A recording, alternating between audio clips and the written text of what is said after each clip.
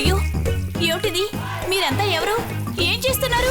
అయ్యో ఏమండి ఇది చూసారా? అయ్యో ఏంట్రా ఇది? ఎవర్రా మీరు? ఏం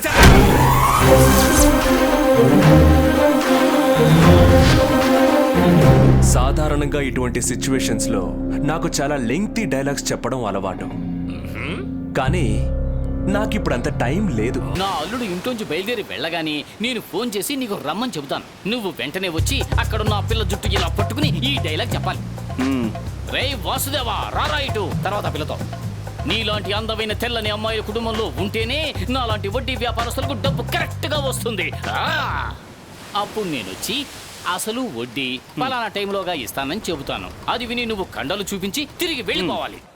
రోషన్ అంటే నా అల్లుడు ఇంట్లో నుంచి బయటికి వెళ్లిపోయిన తర్వాత మీరు ఆవేశంగా ఇంట్లోకి వచ్చి వేదిక జుట్టును బలంగా పట్టుకుని మీ పెర్ఫార్మెన్స్ చూపించాలి. కాసేపటి తర్వాత నా అల్లుడు అసలు వడ్డీతో సహా నీ దగ్గరకు వచ్చి 2-3 దెబ్బలు కొట్టి ఆ డబ్బు ఇస్తాడు. ఆ డబ్బు మన ఇద్దరం పనిచేసుకుందాం. 50-50. కానీ జుట్టు పట్టుకోవాల్సిన అమ్మాయి ఎవరో నాకు తెలియదు కదా.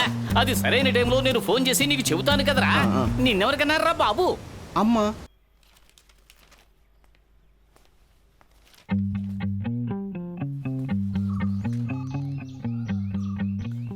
హలో. ఏ రాముడు త్వరగా రారా. హాల్లో ముందున్న సోఫాలో నేను చెప్పిన పిల్ల పుస్తకం చదువుతూ కూర్చుంది. వెంటనే రావాలి. ఓకే నేను ఇప్పుడే వస్తున్నాను.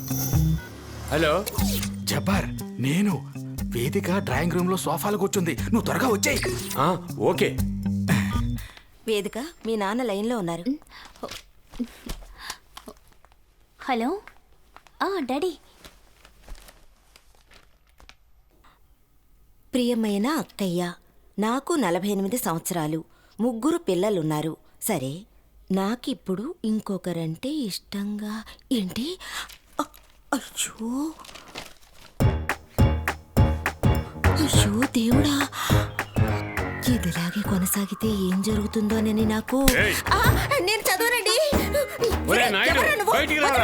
నీలాంటి అందమైన ఆడవాళ్ళు ఇంట్లో ఉంటేనే నాలాంటి వడ్డీ వ్యాపారస్తులకి కరెక్ట్ గా డబ్బు వస్తుంది.